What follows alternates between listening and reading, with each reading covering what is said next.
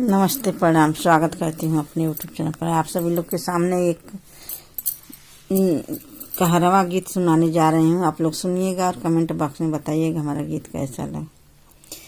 गैली अपने बालमा से हार छोटी ना नदी, गैली अपने बालमा से हार छोटी ना नदी, हार छोटी ना नदी हो, हार छोटी ना नदी, गैली अपने बालमा से हार छोटी ना नदी।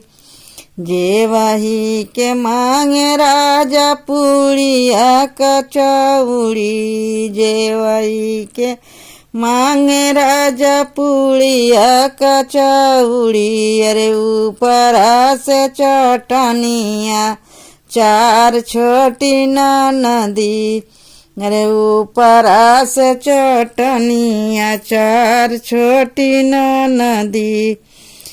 गैली अपने बालमा से हार छोटी ना नदी, गैली अपने बालमा से हार छोटी ना नदी।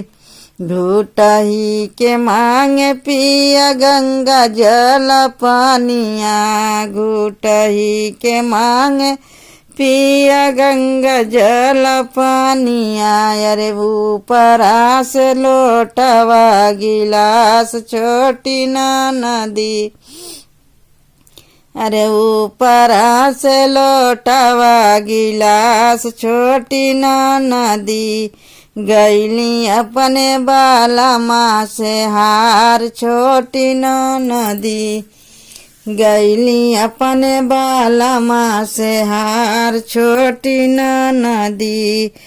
कुचही के मांगे पिया लवंग इलायची, कुचही के मांगे राजा लवंग इलायची, अरे ऊपर से गुटका पुकार छोटी ना नदी, अरे ऊपर से गुटका पुकार छोटी ना नदी।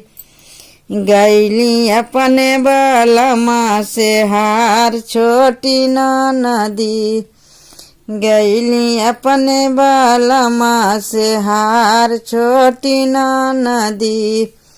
सोवही के मांगे लाली पलंगिया, सोवही के मांगे राजा लाली पलंगिया, यार सोवे खातिन सवतन हमार छोटी ना नदी, अरे लेके सुते खातिन सवतन हमार छोटी ना नदी।